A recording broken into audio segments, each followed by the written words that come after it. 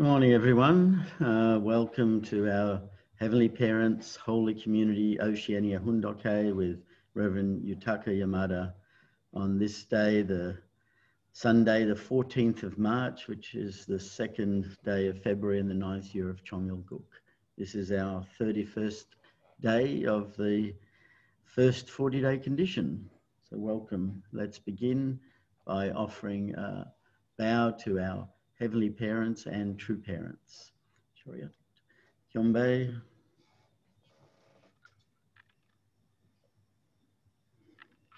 Pado. And let's recite our family pledge both in Korean and English. Thank you. 가정맨세 7. 전위국 주인 우리 가정은 참 사랑을 중심하고 본연의 혈통과 연결된 위하는 생활을 통하여 심존 문화 세계를 완성할 것을 맹세하나이다. Family pledge number 7. Our family, the owner of Chongyalguk, pledges through living for the sake of others to perfect the world based on the culture of heart, which is rooted in the original lineage by centering on true love. And I'd like to ask Rasik Buller if he could offer prayer for us.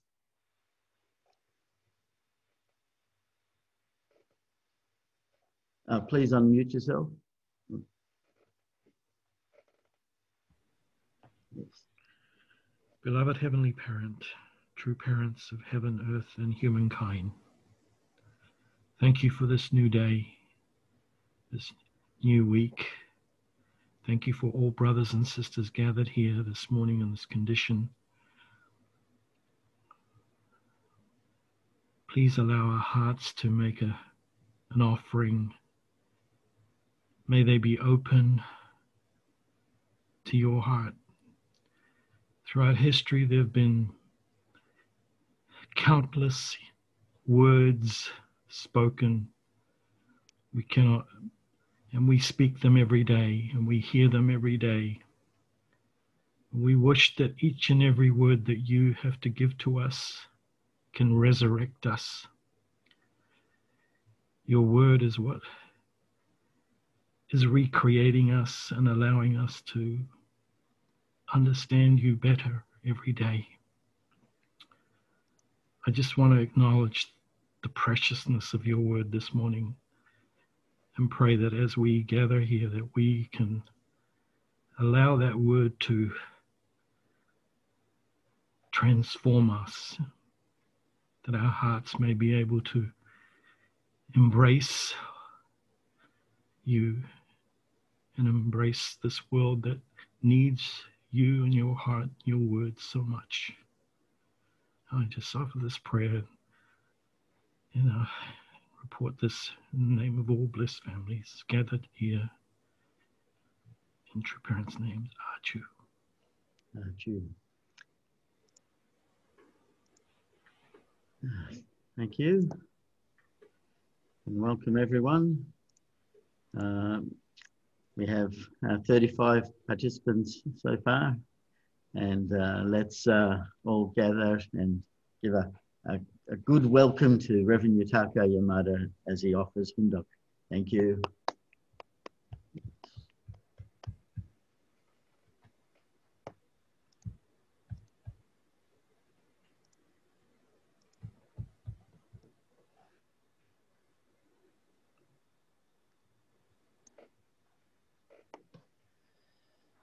Good morning, our brothers and sisters. Today is Sunday and also the beginning of the new week. So thank you very much for joining our Fundoke and morning devotion. So morning, this moment is really happy day and happy moment to see all our brothers and sisters from Oceania. So really thank you for coming. Now there are many kind of workshop or lecture and programs through online internet. So our Daniel also giving the DP lecture on online, and many also island nation member also joined together. So thank you for organizing. And there is UPF event and our breast children blessing workshop.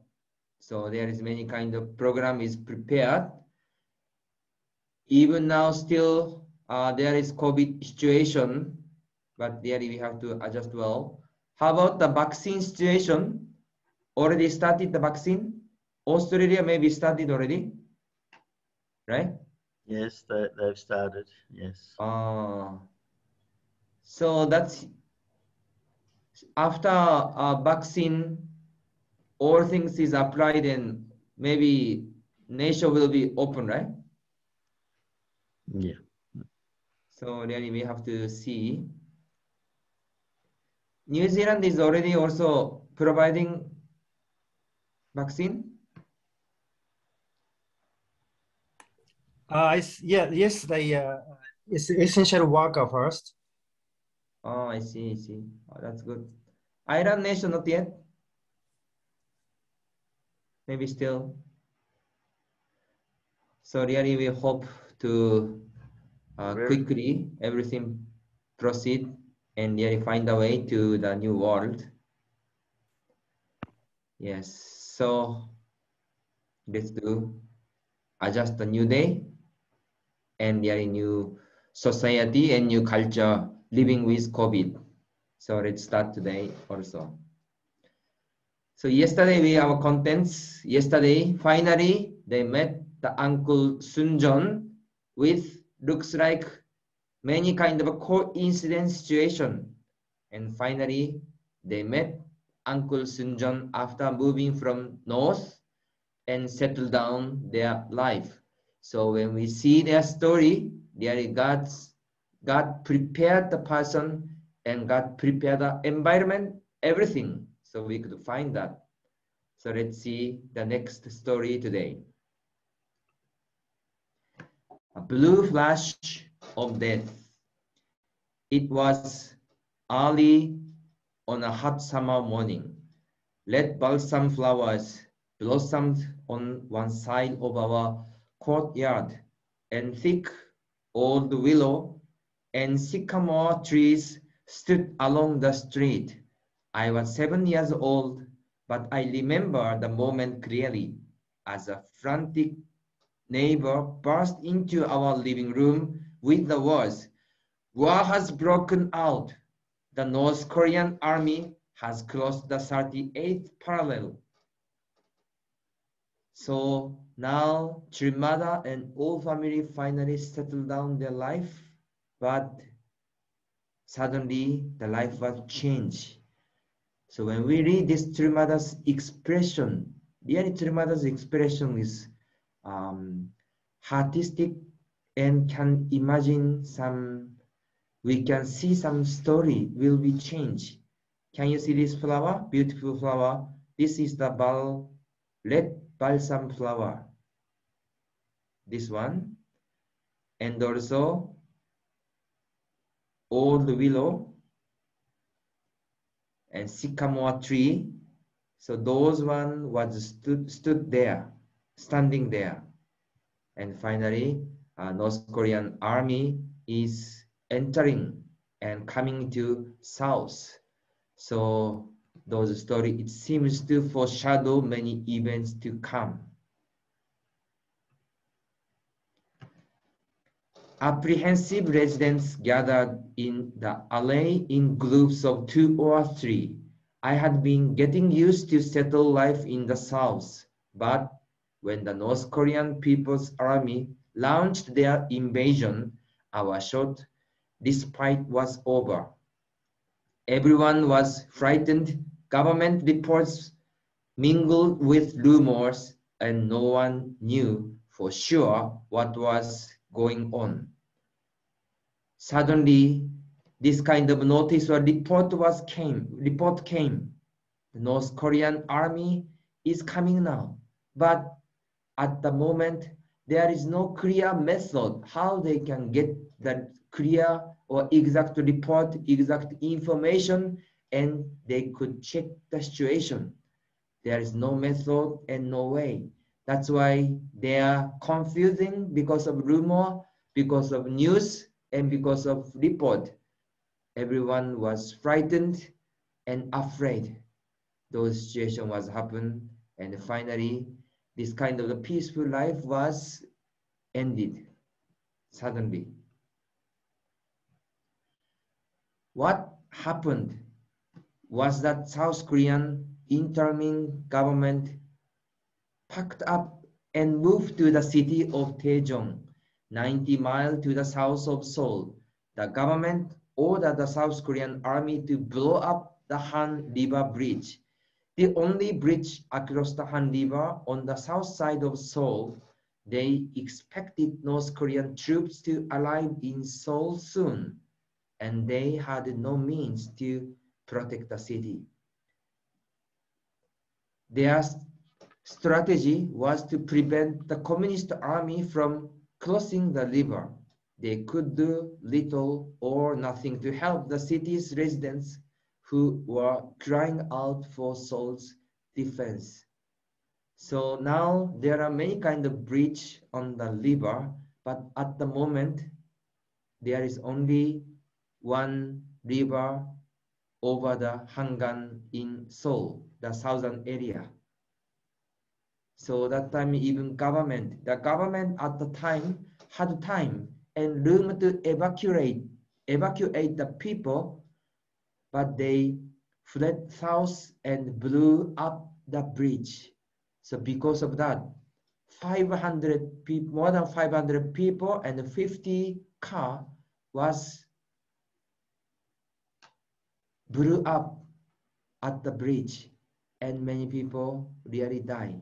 So the North Army soon took Seoul and was on course to control the whole of South Korea.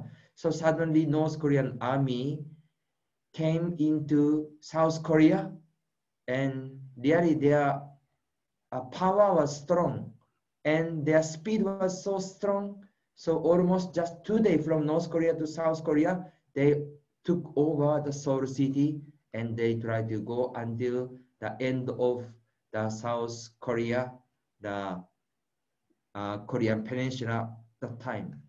So that time really serious situation. But how about the government? Even Korean government, originally they have to take care and protect the people, but immediately they are the ones who ran away and left from the city. So that moment, really many persons is confusing, and even governments themselves could not take responsibility as the head of the nation and head of the government. So really we could imagine the confusion situation through this sharing and through these contents. 2 days later, my mother woke up down and began packing our clothes in a bundle. Awakened by the rustling noise, I kept my eyes shut and listened to her conversation with my grandmother. We have to seek refuge, my mother said. After the communists get here, they will kill us. I know they are bad, my grandmother responded. But do you think they would treat women harshly? If they find out we have escaped from the north, my mother reasoned, they probably will kill us on that spot. So that time grandmother and the Temonim was talking about this situation, and mother just quietly listening those conversation. On the evening on June 27, 1950, 2 days after the start of the Korean War, Seoul residents streamed out of the city's ancient neighborhood under a gentle summer rain. The more they realized that they were not the only ones seeking to escape and that they all had to cross the same bridge, the more serious and desperate they became. On the evening on June 27, 1950, 2 days after the start of the Korean War, Seoul, this was war. My grandmother, mother, and I joined the exodus with our bundle, following the throne moving toward the Han River Bridge. When its dim shape appeared in the dark, something told me to stop, and I grabbed my grandmother's skirt. She stopped in her tracks, and my mother turned and asked her, "Mother, what's wrong?" So Korean War was happened on June 25th, 1950. So when Chulmada and the whole family arrived to Korea, that is 1948, right? In 1948, then Chulmada started to go to school and adjusting. But after just 2 years, this war started. And after 2 days, they decided to leave the house to move to south again. So in order to move south, they have to cross over the bridge.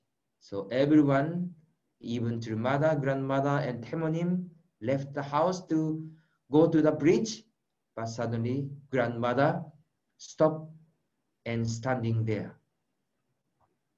Grandmother looked up the sky and then glanced down at me. Then she turned her head again in the direction of our house. "Sunjong may come," she said with a steady tone, speaking of her son, my uncle.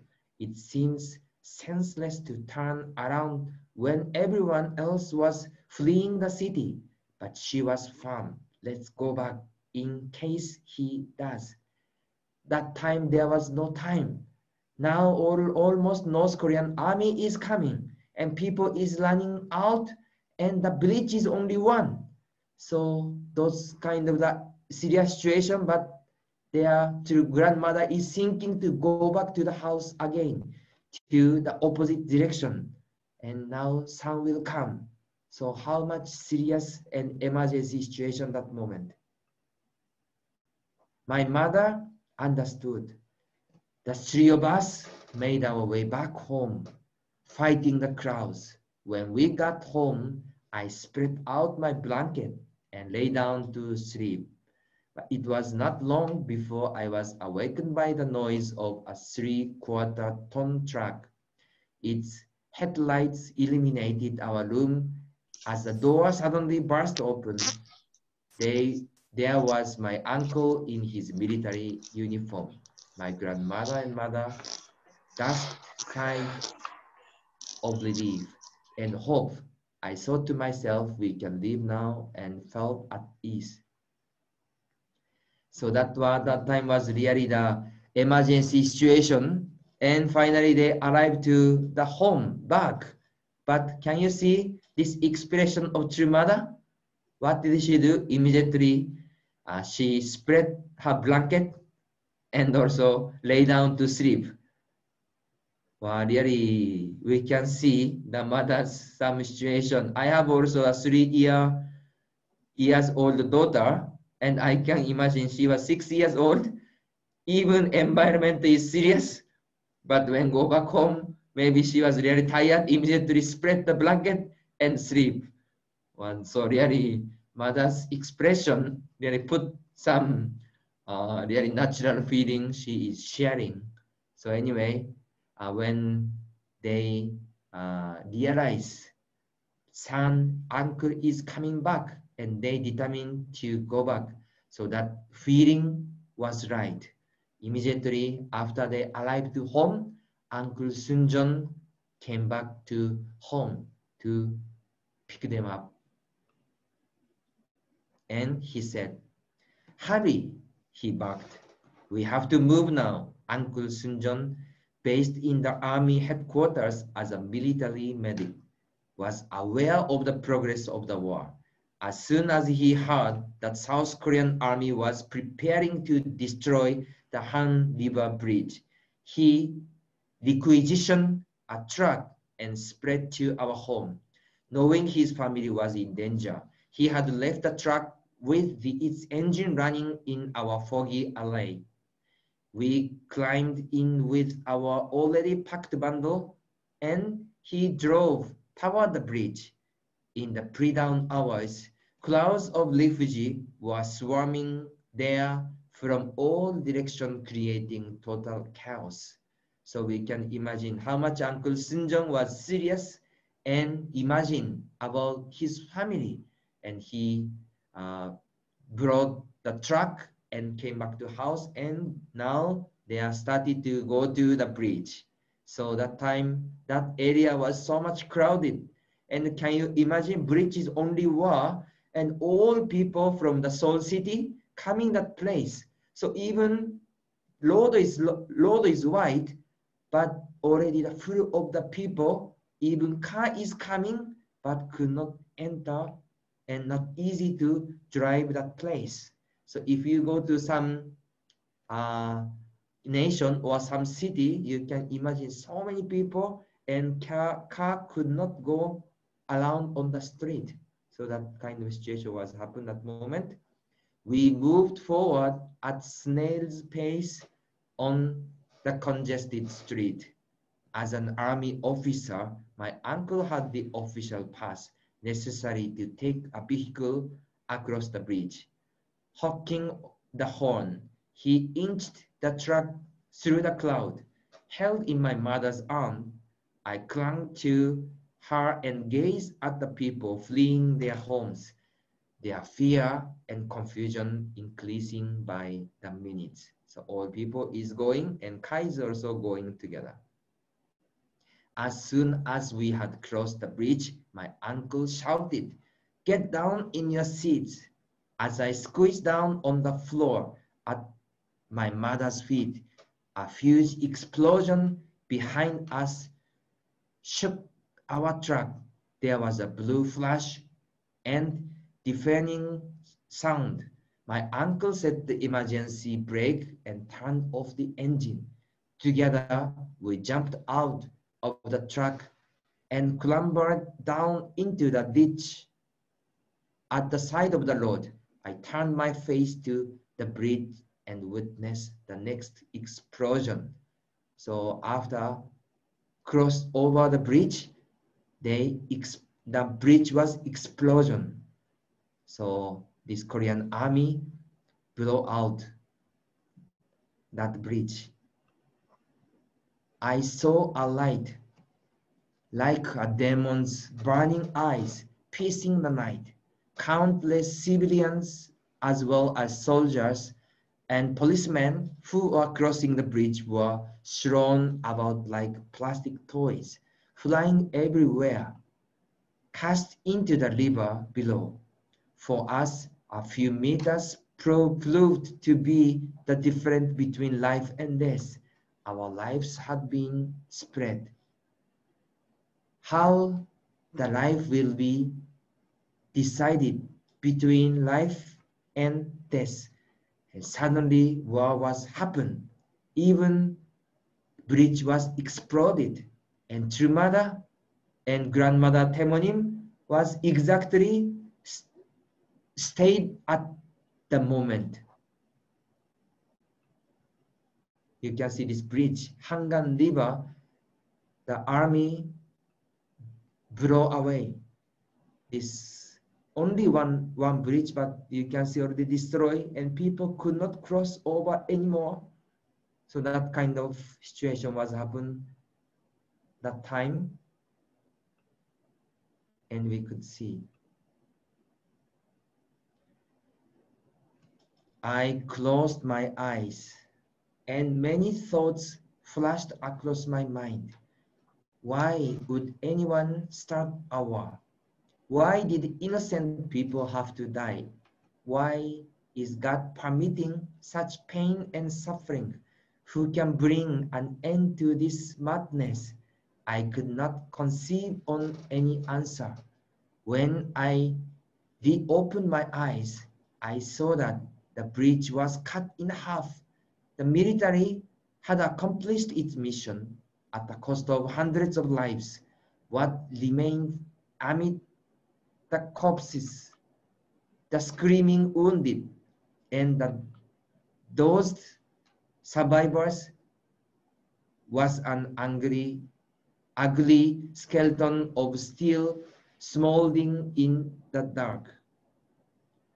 When we read the true mother's sharing or this kind of mother's autobiography, we can remind many things. Until now, actually, we had learned many stories of true father, right? We had learned true father's life story. How much true father's life was serious in his childhood, and he also faced under the war and many kind of torture and many kind of sadness. But how about the true mother's life? Actually, true mother's life itself also not simple story. True mother experienced the many kind of war, and almost her life and also life and death situation is really reality for her. Many people die who she loved, and neighbors, and many kind of separation and many kind of painfulness. How much she faced and overcame even her young age. And from north to south, finally she fulfilled the moving from north and south and settled down. But after 1 or 2 years, immediately the war started again. So true mother really overcame a lot of situation we could find and we could see that. The Han River Bridge was blown up at 3 a.m. on June 28, 1950, even though the South Korean government had announced that it would defend Seoul. It severed the only link to safety. Even before the North Korean People's Army came into the city, hundreds of people fleeing the city were killed. Amid this desperate crisis, through the help of my uncle, my life and the lives of my family were preserved. At that critical moment, God guided me and protected us from the danger. So that moment, June 28, 1950, at 3 a.m., who break this bridge and who killed these peoples? North Korean army could not reach yet, didn't reach yet to the Seoul city. And government said, I will protect all peoples. Don't worry, I will protect the citizens of South Korea. But they are the ones who ran away fast, and they are the ones who killed the South Korean people. How much serious and severe the situation.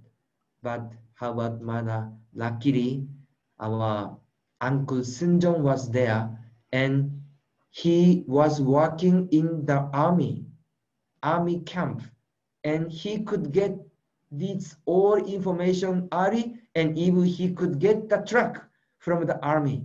That's why when we see that situation, how much God was really protected each moment. Already sent Uncle Seunjong to South Korea and let him work under the Korean armies. I'm not sure God was knowing everything. Of course, maybe God know everything. That's why God prepared for him and also prepare the environment. So when we see our True Mother's life course, all situation, really, even severe situation, the many situation was happen, but in the same time, God also really protected her and prepared her and guided her. So we could see the all kind of stories. So when we see True Mother's life as the True Mother, the Mother of Peace, also as the begotten daughters, I don't know how much heaven have to train her, and heaven have to put her those kind of serious situation. That's why when we read our True Mother's life course or Mother's autobiography, once again, we have to pray well and we have to imagine well at the moment. How about Mother's feeling and Mother's environment? And in the same time, our heavenly parents, how heavenly parents was looking at her and seeing her even in this kind of serious situation, not only one time, not only two times, even small girl, but past and experience many kind of the real war and people's death. She saw many people's die, suffering and painful. So those environment was given to her and she accepted and she experienced and she overcame everything. So today we are sharing. So when true mother is grow up until to become the true mother, those story itself is not simple story or simple life.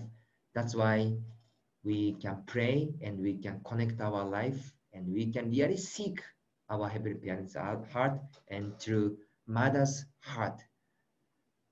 So today is the Sunday and we will start the new weeks. So now we are trying to study about the father's life and mother's life, but always we connect and we should connect our life together with Heavenly Parents and our life together with true father and our life together with true mother. So let's have a great day today and let's pray well. Let's find and seek the God's will. Let's fulfill heaven's wish, heaven's will, and heaven's dream. Thank you for joining today's Fundoke. Let's have a great day. 감사합니다. Thank you, Reverend Yutaka. Thank you. Let's change my view to gallery view. Right. Thank you, everyone. Yeah, that's quite a dramatic time. It's actually so sad that many died as unwilling sacrifices to save others. You know, they didn't have any choice. You could think when to wait or how soon they do. Do they trap more people on the north, or do they keep it open a bit longer and risk? And it's a really sad situation that people killing their own friends and neighbors, people that they shared with and loved. Yeah, and mother there said, why is God allowing so much suffering? But we know that God was in agony to see that happening. His heart must have been in pieces as he let again, once more, our human responsibility to play out. We can't blame anyone except ourselves, because we find ourselves are the ones that always have to take responsibility, because God is waiting for us so that to fulfill, so the will can be realized. And when war breaks out and people are suffering, then I think many people start to think about that again. Some people's faith is maybe strengthened, some people's faith may be broken because they can't accept that this sacrifice has to take place. So yeah, okay. Who would like to share?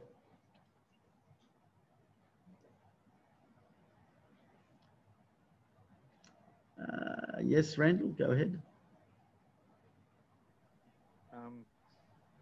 I'm not sure how the sound is on this computer. Can you hear me okay? So very low, your sound. Okay, how about now? Is that better? A little bit. How about now? Is that better? Yep, that's better. Okay, fine. Father made a movie called about based on a book called Oh In Chong, and you can actually find it on YouTube in different segments. So that was showing different things that I didn't realize about this. It started July 25th, which was the mid-year Christmas, and that was when a lot of the Americans that were usually on the DMZ were on rest and recreation, so it made it easier for the North Koreans to come across. And basically the tanks they had all these Russian tanks that came straight down and were going to just push straight through to take over all of Korea within a week. So that bridge was the main way for them to get across the Han River, and so the main one to blow up. They did try to stop the people, and the people said, "Oh no, that's all right, I can make it across," and they gambled their lives.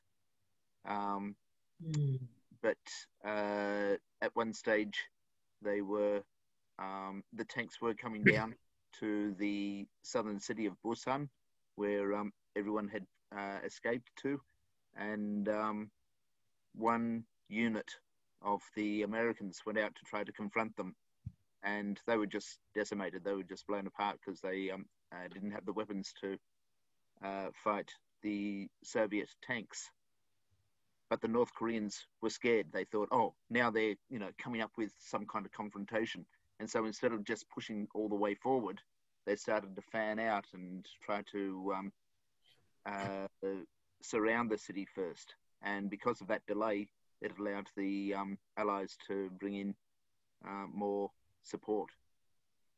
There was a Australian air unit in Japan at the time that was helping with the reconstruction of Japan after Second World War, and so they were the second nation that was there.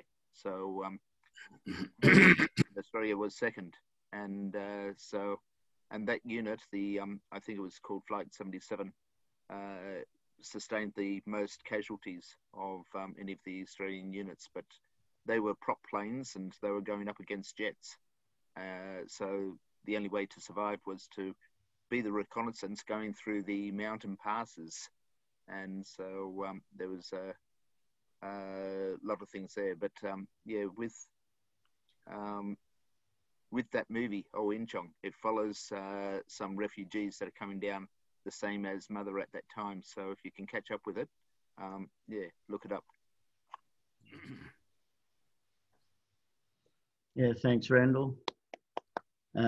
Those that may know, there's actually a movie that Father made that's actually called Incheon. The other, there's two Incheon movies. The older one is actually the one that Father made, and then the newer Incheon has a more current modern. So some people may remember the original one that Father made, that he wanted to explain about the certain perspective in relation to that. I'm in the process of still trying to get a really good quality one. It's the ones on the internet of the Incheon movie that Father made and spent something like $40 million on at the time, which was a real lot of money. The ones that are on the internet are actually very, very poor quality. So I've been trying to get the proper quality, because Father, it came out, wasn't well received, and Father said to shelve it and said the time isn't ready yet. But I feel now the time is ready to see that version of it. Okay, so thank you. Who else would like to share? Yes, Mr. Rai, go ahead. Can see. Okay, I can see. Morning. Thank you, Reverend Yutaka, and such many article and the flowers, and also a picture, and also bridge, and it is incredible. Help us. Thank you. Today I thought actually God sending so many people involving to support God providence, and especially today Sonjong, when come to Seoul, Temorim's younger brother, and Reverend Yutaka just mentioned, and so he was not a low class army, and quite high class. he knew the information and also, pickup truck. And with such a army who ranking high, it was impossible to, they could escape. And I don't know how Heavenly Parents prepare for that. But also when, this is 2 days ago, when Trumada group, it's started from Anju to 38 Pearl, 200 miles. That time, the grandfather did not join, stay. And when we see a picture of it's three Temonim, Jo Mo and Trumada.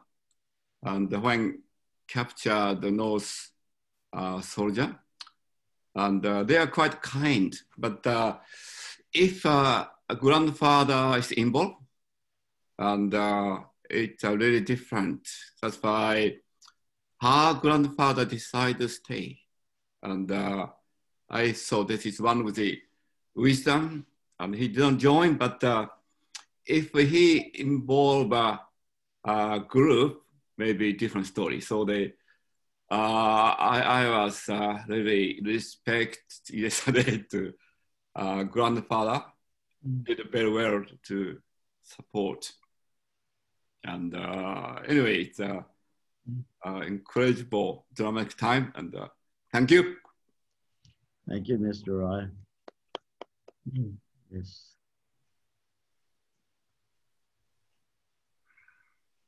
Yeah, yes, Catherine, go ahead.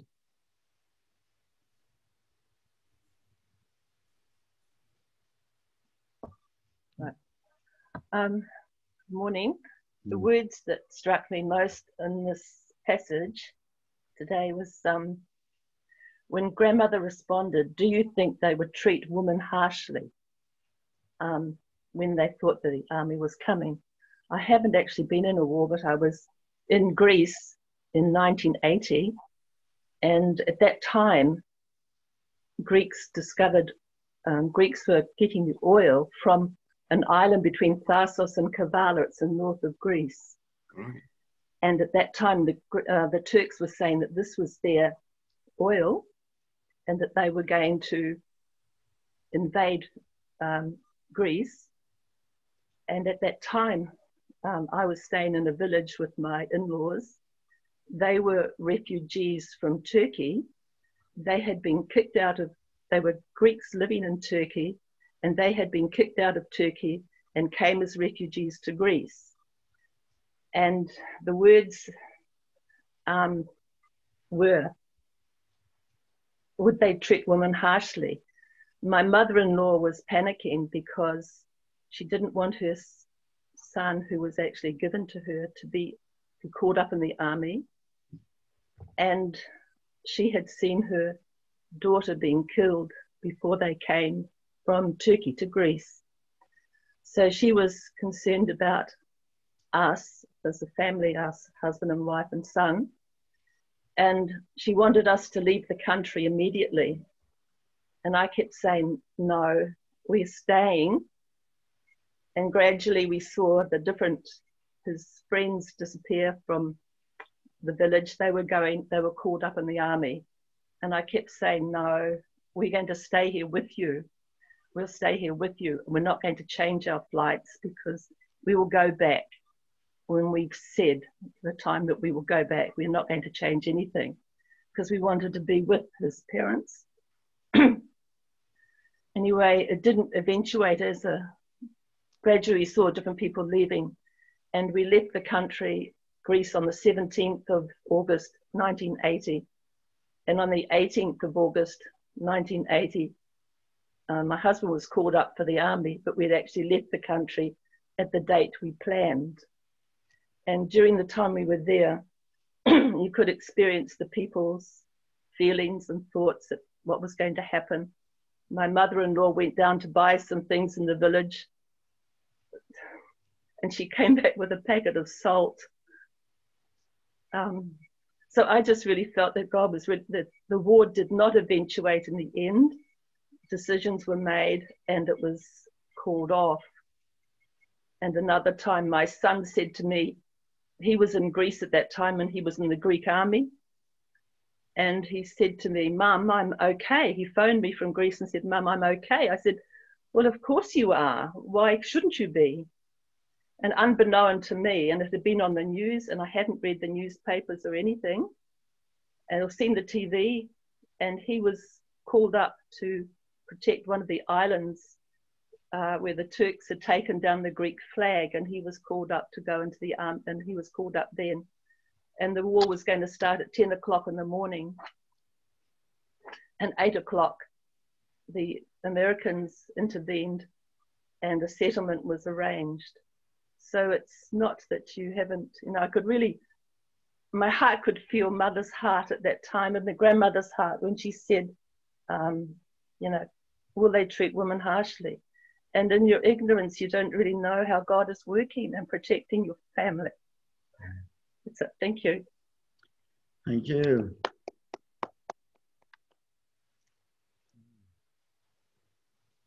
Yes, Jacinta, go ahead.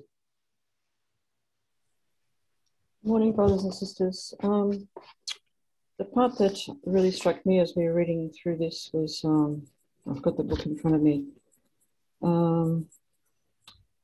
It was before, it was the decision to actually turn around and go back. So if I just read, when its dim shape appeared in the dark, they're talking about the Han River Bridge, something told me to stop and I grabbed my grandmother's skirt and then she stopped in her tracks and my mother, anyway, it was, Mother received an inspiration to stop. It was actually not the grandmother who sort of stopped and said, we have to go back. Mother actually received some inspiration from Heavenly Parent and then the grandmother took over from there. And then just at the end where we were reading,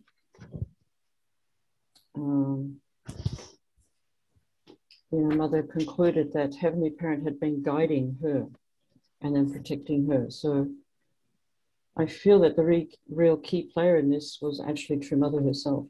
She actually received some inspiration from God at the age of 7 to stop in her tracks.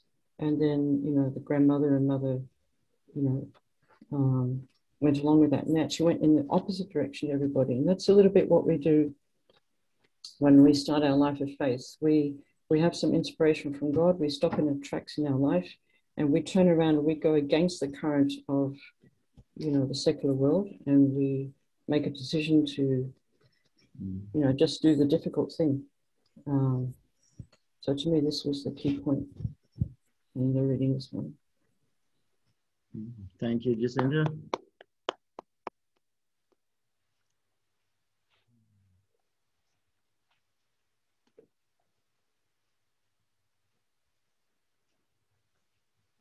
Yes, Kim, go ahead.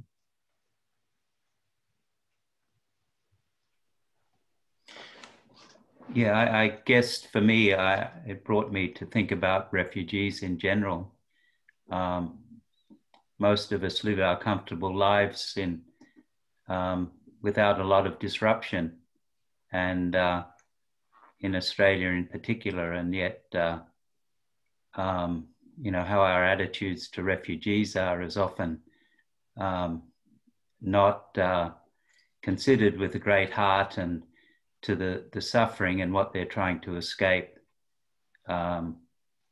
It's always a difficult political decision relating to refugees, but and who you let into the country and so forth. But there are still people who are on the islands up in Manus Island and so forth, many years in detention for trying to come to a place to live a better life. And just because of political reasons, they're having to live a very suffering life.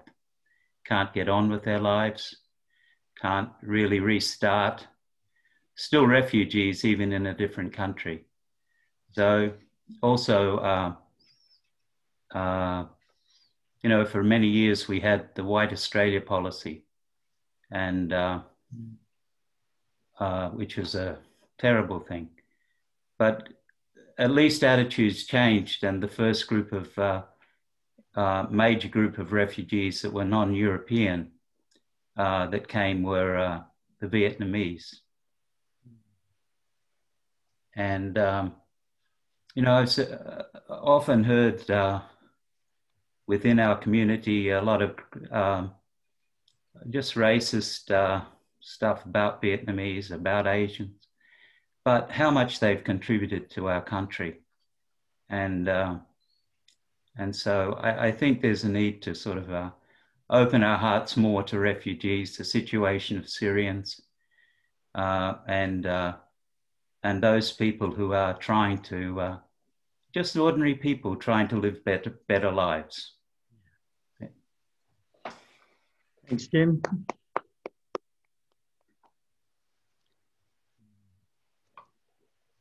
If we have time for one more person, Randall wants to have another go. Okay. Just wanted to say this is the second anniversary of the Christchurch shooting for the Muslims. 2 years ago, I heard about this just about 3 o'clock in the afternoon, Australia time. And because I was in the interfaith group, then I went over to the local mosque, and they were, you know, on the phone with other imams on their Twitter, and they were asking, well, should we just lock the gates? Should we just, you know, not have anything this evening for the final prayer, which is really important for them? And I turned up at the gate and I said, you pray in peace, I'm going to watch the gate. And basically, with the type of attitude that has come from, you know, the Diggers and Anzac and, you know, just supporting people, then I thought, yeah, if this was us in this situation, if, you know, we were the ones persecuted and attacked, how would we want other people to react? So I went over and I said, well, you know, I'll support you. I'll be watching the gate, and you can pray in peace. And there was a memorial that we finally had in Geelong about 4 weeks later, and about 5 big Muslim guys, I mean, they look like rugby players, came up to me and said, you know, I saw you that day and I had tears in my eyes.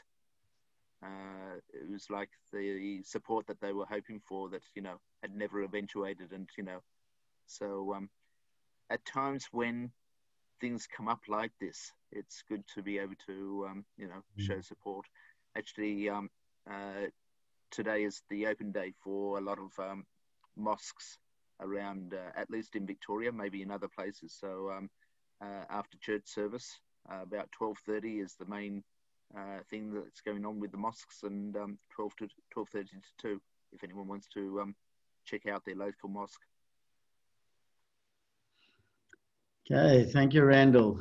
We're now going to do our unison prayer. It's certainly an opportunity for us to pray and consider the refugees and consider, you know, what happened in Christchurch in our prayers. So I'll just share the screen and we can begin. Okay.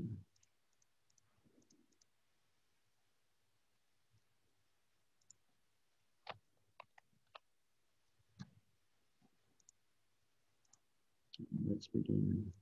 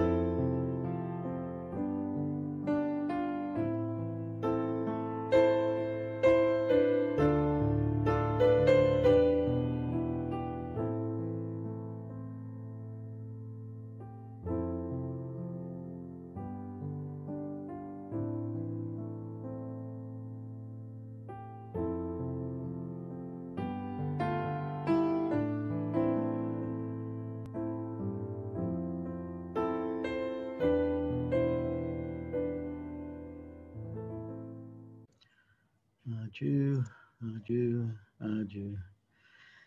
Thank you, everyone. Have a great day and see you tomorrow. Nice player, Rask, today. Thank you. Nice player. Thank you. Bye-bye. Thank you very Next much. week. Thank you, Lando. Thank you. Yes. Thank you, everyone. New Zealand. Thank you very much for sharing. Go New Zealand one day. Bye-bye.